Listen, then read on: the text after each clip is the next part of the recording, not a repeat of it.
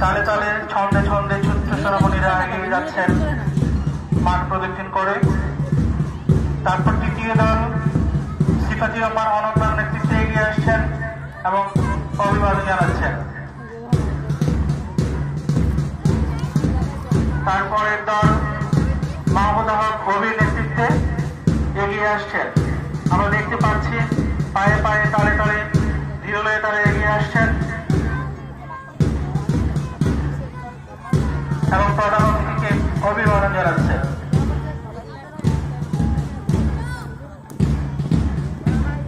আমরা জানি গাজীপুর শহরে অবস্থিত যে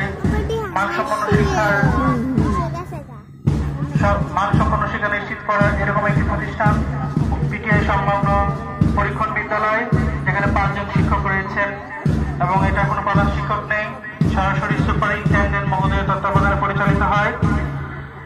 এই বিদ্যালয়টি প্রতি বছরেই মেধাবী শিক্ষার্থীদেরকে প্রস্তুত করেন এবং তারা এখান থেকে শিক্ষা লাভ করে বেরিয়ে যান।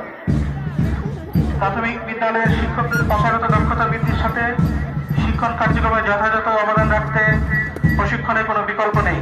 প্রশিক্ষণ প্রদানের এই কাজটি যে প্রতিষ্ঠান সম্পাদন করছে